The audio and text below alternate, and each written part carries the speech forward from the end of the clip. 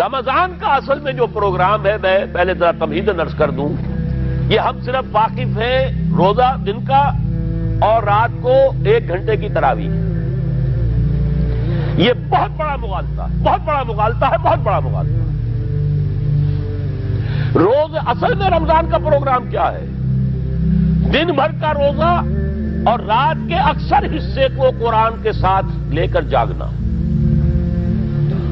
لیکن حکمت خداوندی نے پہلے حصے کو تو فرض کیا ہے، دوسرے کو فرض نہیں کیا، اس کو ترغیب اور تشویق پر چھوڑ دیا ہے۔ لیکن اس کی جو اہمیت ہے میں چاہتا ہوں کہ پہلے اچھی طرح اس کو سمجھ لیں آپ۔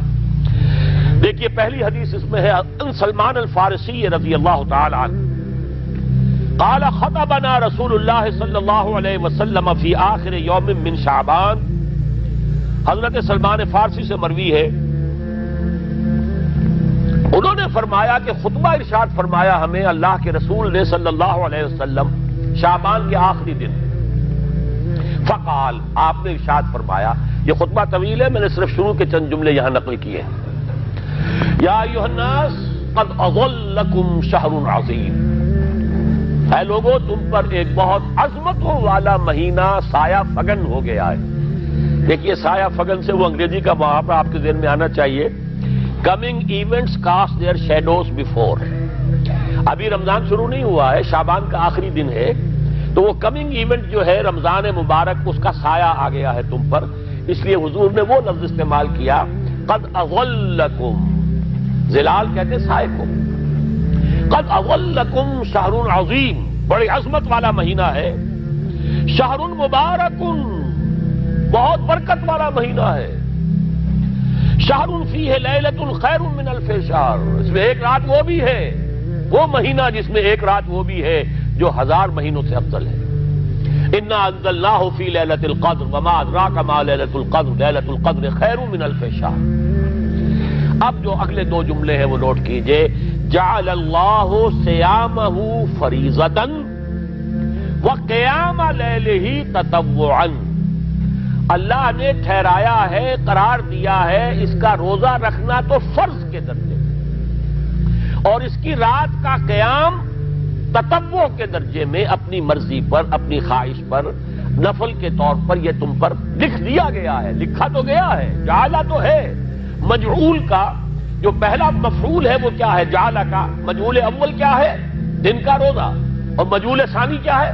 قیام لیلہ، رات کو کھڑا رہنا۔ اب یہ رات کا کھڑا رہنا اس کی کتنی مقدار ہوگی؟ کہاں سے معلوم کریں گے؟ قرآن سے۔ جب یہ لفظ آیا ہے سورہ مزمل میں، یا ایھا المزمل قم اللیل الا قلیلا نصفہ او انقص منہ قلیلا او زد علیہ ورتل القرآن ترتیلا، یہ معنی ہے اے لحاف کمبل میں لپٹ کر لیٹنے والے، کھڑے رہا کرو رات کو سوائے اس کے تھوڑے سے حصے کے، یعنی آدھی رات یا اس میں تھوڑا سا کم کر لو، جسے پھر کہا مفسرین نے 1/3 رات کم سے کم، اور زد علیہ، یا آدھی پر بھی کچھ زیادہ کرو، یہ 2/3 رات ہو گیا۔ ورتل القرآن ترتیلا، اور قرآن کو اتارا کرو تھوڑا تھوڑا تھوڑا، یہ ترتیل، تفعیل، تنزیل، جیسے قرآن تھوڑا تھوڑا محمد پر نازل ہوا صلی اللہ علیہ وسلم، ایسے ہی تھوڑا تھوڑا تھوڑا قرآن اپنے اندر اتارو، ہیمر اٹ ڈاؤن، اپنے ذہنوں میں اتارو، اپنے قلب میں اتارو۔ اس کے لیے رات کو کھڑے رہو، اور قیام اللیل کم سے کم 1/3 شب کے اوپر اطلاق ہوگا، اس سے کم پر تو اطلاق ہے ہی نہیں۔ اگلی حدیث پڑھیے، اور یہ ہے جو عام طور پر ہر مسجد میں بھی آج کل خوب یہ گونج رہی ہوگی، حدیث بیان ہوتی ہے، اس لیے کہ بخاری اور مسلم دونوں میں موجود ہے، متفق علیہ روایت ہے، اس سے اونچا تو درجہ سند کے اعتبار سے تو حدیث کا کوئی اور درجہ اس سے اونچا ہے نہیں۔ عن ابی ہریرہ رضی اللہ عنہ قال قال رسول اللہ صلی اللہ علیہ وسلم، حضرت ابو ہریرہ سے روایت ہے، آپ نے فرمایا کہ حضور نے ارشاد فرمایا، من صام رمضان ایمانا و احتسابا غفر له ما تقدم من ذنبه، جس نے روزہ رکھا رمضان مبارک کے دوران اللہ پر یقین رکھتے ہوئے اور اس سے اجر و ثواب کے حاصل ہونے کی امید میں، اس کے تمام پچھلے گناہ معاف ہو جاتے ہیں۔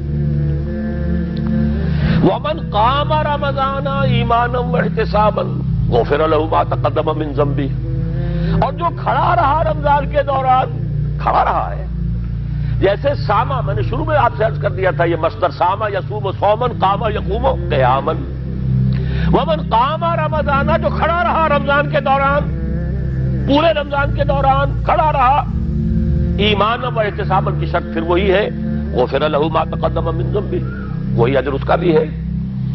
ومن قام لیلۃ القدر ایمانا واحتسابا غفر له ما تقدم من ذنبه، اور جو خاص طور پر لیلۃ القدر میں کھڑا رہا ایمان اور احتساب کے ساتھ، اس کے بھی پچھلے گناہ معاف ہو گئے۔ اب یہ قامہ اور سامہ جیسے آ رہا ہے ایک دوسرے کے ساتھ پیرلل ہو کر، اس کو نوٹ کر لیجیے۔ من سام رمضان من قام رمضان، کیا یہ 1 گھنٹے کی تراویح جو ہے اس پر پوری اترتی ہے؟ کہ نسبت خاک رابع عالم پاک کوئی اس میں ریشو پروپورشن جڑتی نہیں۔ اگلی حدیث بھی پڑھ لیجیے۔ یہ وہی آگے عبداللہ ابن عمرو بن العاص رضی اللہ تعالی عنہما، جن کے بارے میں نے عرض کیا تھا، بہت ہی زاہد منش، بڑے عابد، ہر روز روزہ اور پوری رات نماز پڑھتے تھے، وہ راوی ہیں اس کے۔ عن عبداللہ ابن عمرو رضی اللہ عنہما ان رسول اللہ صلی اللہ علیہ وسلم قال الصیام والقرآن یشفعان للعبد، روزہ اور قرآن دونوں بندے کے حق میں شفاعت کریں گے۔ یقول الصیام، روزہ یہ کہے گا اے رب، اے پروردگار، انی منعتہ الطعام والشہوات بالنہار، میں نے تیرے اس بندے کو روکے رکھا کھانے پینے سے اور شہوت سے دن کے وقت، فشفینی فی، میری وجہ سے روکا رہا، یہ کھانے کو اچھے سے اچھے جو ہے وہ موجود تھے کھانے، اور پینے کے لیے اعلیٰ سے اعلیٰ مشروب تھے، یہ رکا رہا میری وجہ سے کہ روزہ رکھا ہوا تھا، اور جیسا میں نے کہا منکوحہ بیوی موجود تھی لیکن رکا رہا، تھامے رکھا اس نے اپنے آپ کو میری وجہ سے، تو میری شفاعت اس کے حق میں قبول فرما۔ وَيَقُولُ الْقُرْآنُ، اور قرآن یہ کہے گا مَنَعْتُهُ النَّوْمَ بِاللَّيْلِ، میں نے اسے روکا رکھا رات کو سونے سے، فَشَفِّعْنِي فِيهِ، تو پروردگار میری شفاعت اس کے حق میں قبول فرما، فَيُشَفَّعَانِ، تو ان دونوں کی شفاعت قبول کی جائے گی۔ سوال یہ ہے کہ کیا روزہ 1 گھنٹے کا یا 2 گھنٹے کا ہے؟ تو یہ قیام جو ہے یہ 1 گھنٹے کا کیسے ہو گیا؟ تو میں نے پہلے کوسچن مارک آپ کے ذہن میں کھڑا کر دیا، اب جواب سنیے اس کا۔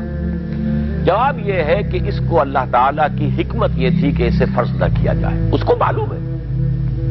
عالمان سیکون منکم مرضی وآخرون یضربون فی الارض یبتغون من فضل اللہ وآخرون، اللہ کے علم میں ہے میرے کچھ بندے ہوں گے بیچارے غریب مزدور، دن بھر مشقت کریں گے، محنت کریں گے، وہ روزہ ہی رکھ لیں، بہت بڑی بات ہے، بہت بڑی بات ہے۔ رات بھر کا قیام کیسے کریں گے؟ 2/3 رات کیسے کھڑے رہیں گے؟ آدھی شب کیسے ممکن ہے؟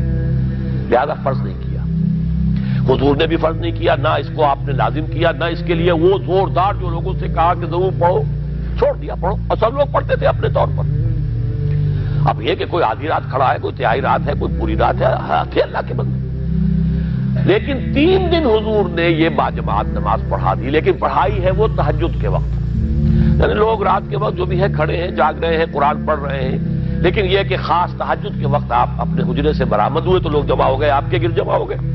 آپ نے 3 دن یہ 8 رکعتیں جو تہجد کی حضور کی ہوتی تھی، وہ آپ نے 8 رکعتیں پڑھائیں باجماعت، لیکن وہ وقت تہجد کا تھا، یہ نوٹ کر لیجیے۔ 4تھے دن بھی صحابہ منتظر رہے کہ اب حضور برآمد ہوں گے، تشریف لائیں گے، نہیں آ رہے حضور، تو کچھ کھنگار بھی رہے ہیں، کہیں پتہ نہیں حضور کہیں اونگ نہ آ گئی ہو تو ہماری آوازوں سے جاگ جائیں، پھر بھی نہیں آئے حضور۔ اگلے روز آپ نے فرمایا کہ میں جان بوجھ کر نہیں آیا، میں اگر یہ متواتر تمہیں پڑھاؤں گا تو یہ تم پر فرض ہو جائے گی۔ یہ ہے وہ رافت اور رحمت، بالمومنین رؤوف الرحیم، جو اللہ تعالیٰ کی شان ہے رحمان الرحیم ہونے کی، بالمومنین رؤوف الرحیم، یہ محمد الرسول اللہ بھی ہے، تم پر یہ سختی جو ہے یہ تمہارے لیے قابل برداشت نہیں ہوگی، لہذا میں نے یہ 3 دن صرف پڑھائی ہے، اگر مسلسل پڑھاتا تو فرض ہو جاتی۔